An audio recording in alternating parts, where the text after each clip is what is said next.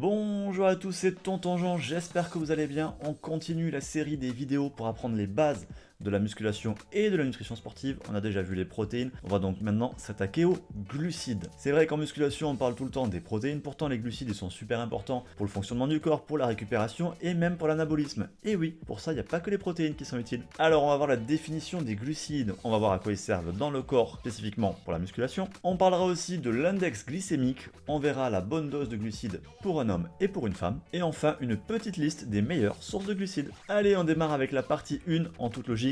C'est quoi les glucides? Alors les glucides, aussi parfois appelés hydrates de carbone, aussi parfois tout simplement appelés sucre, sont tout simplement une source d'énergie pour notre corps. C'est un macronutriment au même titre que les protéines ou les lipides. Ils apportent 4 kilocalories par gramme, c'est-à-dire que 1 gramme de glucides vous apporte 4 kilocalories d'énergie, et ça c'est exactement pareil que les protéines. Les glucides se divisent en deux catégories, les sucres simples et les sucres complexes. Ensuite, les sucres simples se divisent à nouveau en deux catégories, les monosaccharides et les disaccharides.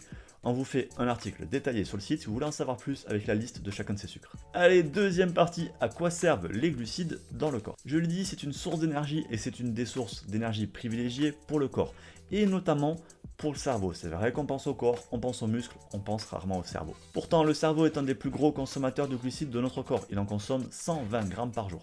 C'est beaucoup. On va le voir dans la suite de la vidéo, mais certains glucides apportent une énergie très rapide et courte, d'autres apportent une énergie plutôt longue durée, donc il y a vraiment différentes façons d'utiliser les glucides. A noter qu'ils jouent un rôle aussi sur une hormone, l'insuline, qui est une hormone anabolisante et qui aide aussi notre corps à assimiler, à utiliser ces glucides.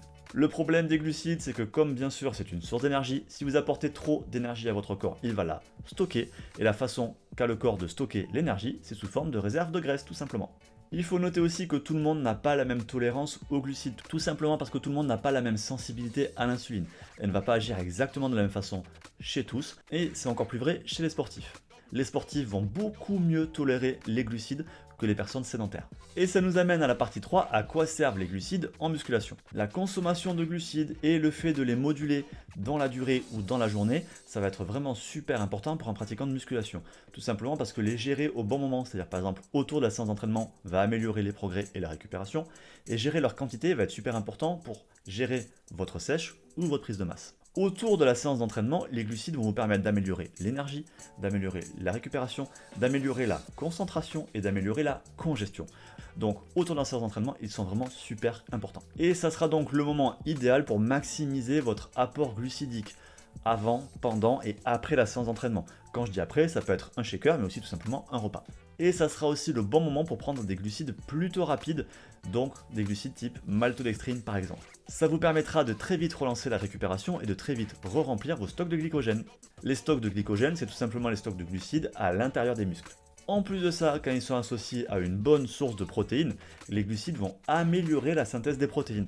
Ça veut dire quoi? Ça veut dire que si vous prenez simplement de la protéine, vous avez une synthèse des protéines. Si vous prenez de la protéine plus des glucides, votre synthèse des protéines est améliorée et donc votre récupération et votre croissance musculaire aussi. Allez, partie 4, on va regarder une notion qui est parfois un peu complexe, mais vous allez voir, c'est pas du tout le cas en vrai, l'index glycémique. L'index glycémique, aussi appelé tout simplement IG par ses initiales, ça correspond à la vitesse d'arrivée des glucides dans votre sang. En gros, plus cet index est élevé, le maximum est en 100, et plus ça veut dire que entre le moment où vous avez mangé votre glucide et le moment où il passe dans votre système sanguin, et bien la durée est courte. Donc je l'ai dit, le maximum c'est 100 et c'est le glucose. Ensuite, on va considérer qu'un index glycémique est bas si sa valeur est inférieure à 50. On considère qu'il est moyen entre 50 et 70, et donc vous vous en doutez, au-dessus de 70, on considère que c'est un index glycémique élevé. Et donc, index glycémique élevé, ça veut dire qu'entre le moment où vous le mangez et le moment où l'énergie arrive à votre sang, il se passe peu de temps. Il faut voir aussi que pour un même aliment, l'index glycémique peut varier. Par exemple, pendant la cuisson, si vous prenez des flocons d'avoine, quand ils sont chauds, l'index glycémique est plus important. Ça va dépendre aussi de la maturation. Par exemple, une banane ou les fruits en général, plus ils sont mûrs et plus l'index glycémique est important. A noter aussi que l'index glycémique global de votre alimentation, il va varier en fonction des autres aliments que vous mangez en même temps. Si par exemple vous mangez un aliment avec un index glycémique plutôt élevé et qu'en même temps vous mangez des fibres, donc des légumes, qui ont pour effet de ralentir votre digestion, vous allez ralentir l'arrivée des glucides dans votre sang et donc au global vous diminuez l'index glycémique de votre repas. Et là où il est quand même important de prendre en compte l'index glycémique, c'est, je vous l'ai dit, ça apporte une énergie rapide. Le problème d'une énergie rapide, c'est qu'elle ne dure pas longtemps. Ça veut dire que ça vous donne de l'énergie, vous montez très vite en énergie, et après, cette énergie elle va très vite diminuer. Il se passe quoi quand l'énergie diminue très vite? Coup de fatigue, fringale, vous avez à nouveau faim. En plus de ça, si cette énergie rapide vous en apportez beaucoup, votre corps il n'a pas le temps de l'utiliser. Et donc il va la stocker. Et je l'ai dit tout à l'heure, la façon qu'a le corps de stocker l'énergie, c'est de la stocker dans les tissus adipeux, dans votre graisse. Et donc, pour avoir une énergie longue durée et pas trop stockée, il faut essayer de privilégier les glucides à index glycémique faible ou modéré. Dernière petite notion sur l'index glycémique, il y a aussi la notion de charge glycémique. La charge glycémique, c'est tout simplement l'association entre la quantité de glucides et l'index glycémique de cette source de glucides. Je vous explique, si on prend par exemple une pastèque qui a un index glycémique élevé qui est de 75, on pourrait se dire qu'il ne faut pas manger de pastèque. Pourtant, dans une pastèque, il n'y a que 7 grammes de glucides pour 100 grammes, donc elle contient très peu de glucides. Donc au final, même si ces glucides sont rapides, avec un index glycémique élevé, leur impact sur la glycémie sera très faible. Allez, partie 5. Combien de glucides pour un homme par jour en musculation? Alors bien sûr, la quantité de glucides, elle va varier en fonction de chacun, en fonction des besoins caloriques de chacun, mais aussi en fonction de son objectif. Il est clair que si vous êtes en sèche ou en prise de masse, vous n'allez pas manger la même quantité de glucides, vous en mangerez beaucoup plus en prise de masse. Et maintenant, pour calculer la quantité de glucides dont vous avez besoin, en fait c'est simple, les glucides, ils servent simplement à compléter votre alimentation. Vous calculez votre besoin calorique, par exemple, on va se dire 3000 kcal. Ensuite, vous calculez votre dose de protéines et votre dose de lipides. On va prendre un exemple, un sportif de 75 kg qui veut manger 3000 kcal et qui va prendre 1,8 g de protéines et 1,2 g de lipides par kilo de poids de corps. Vous inquiétez pas, ça paraît être des calculs compliqués, mais vous verrez, c'est assez simple. 75 kg multiplié par 1,8 g de protéines par kilo de poids de corps, ça fait 135 g de protéines par jour. Comme chaque gramme de protéines produit 4 kcal d'énergie, ça fait donc 135 x 4 égale 540 kcal apportés par les protéines.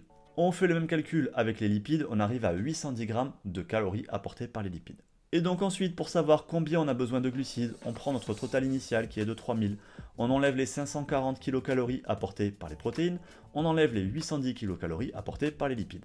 Il nous reste donc 1650 kcal de libres entre guillemets, et ces calories libres, ce sont les glucides qui vont les apporter. Et comme 1 g de lipides apporte 4 kcal, 1650 kcal divisé par 4, ça fait 212 g de glucides à manger chaque jour. Et donc vous l'avez compris, si vous êtes en prise de masse, que vous mangez 500 kcal de plus par exemple, vous faites 500 divisé par 4, ça fait 125 g de glucides en plus. A l'inverse, si vous êtes en sèche et que vous mangez 500 kcal de moins, c'est 500 kcal de glucides en moins. Et donc 500 divisé par 4, 125, vous enlevez 125 g de glucides. Je vous l'ai dit, ça paraît un peu compliqué comme ça, mais en fait, une fois qu'on a compris le truc, c'est super simple. Allez, partie 6, combien de glucides pour une femme? Eh bien, c'est simple, c'est exactement pareil. Vous faites exactement le même calcul. Simplement, forcément, pour une femme, en général, le métabolisme est un peu plus faible, et donc on va prendre un peu moins de calories. Et en général, la masse musculaire est un peu plus faible, et donc on prend un peu moins de protéines. Mais au final, le calcul, c'est exactement le même. On peut noter quand même chez les femmes que, notamment à cause des cycles hormonaux, les besoins caloriques du corps ne sont pas forcément linéaires. Donc attention, pensez à tester et à adapter à votre cas. Septième et dernière partie, une petite liste rapide des meilleures sources de glucides. Forcément, en premier, les fruits, vous pouvez en manger 2 ou 3 par jour, ça pose pas de problème. Au contraire, ça va vous apporter des glucides bien sûr, mais aussi des vitamines, des minéraux et des fibres. C'est vrai qu'on parle souvent du fructose, qui est un sucre qui est souvent diabolisé, mais dans les fruits, il ne pose pas de problème. Là où il pose problème, c'est qu'on le mange seul.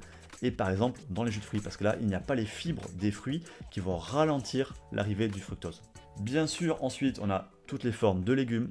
On va avoir aussi le riz basmati par exemple et le quinoa. Pourquoi basmati forcément le riz? Parce que c'est tout simplement le riz blanc qui a l'index glycémique le plus bas. Vous pouvez aussi prendre du riz complet ou semi-complet, mais tout le monde le tolère pas très bien, parce que c'est vrai qu'en termes digestifs, ça peut être compliqué, ça fait beaucoup de fibres. Ensuite, bien sûr, la fameuse patate douce et les légumineuses. En termes de céréales, on va privilégier l'avoine, l'orge et le sarrasin. Et enfin, si vous voulez sucrer quelque chose, vous avez le miel. Et voilà, maintenant vous savez tout ce que vous avez besoin de savoir sur les glucides, comment les calculer et bien les utiliser dans le cadre de la musculation, mais aussi au global de la nutrition et de la santé. J'espère que cette vidéo vous a plu, c'est le cas, vous le savez, je vous invite à liker, partager, commenter parce que c'est vous qui faites vivre la chaîne. Pensez aussi à vous abonner, activer la petite cloche pour ne pas rater mes futures vidéos. D'ici là, je vous dis à bientôt, faites-vous plaisir, lâchez rien, à plus.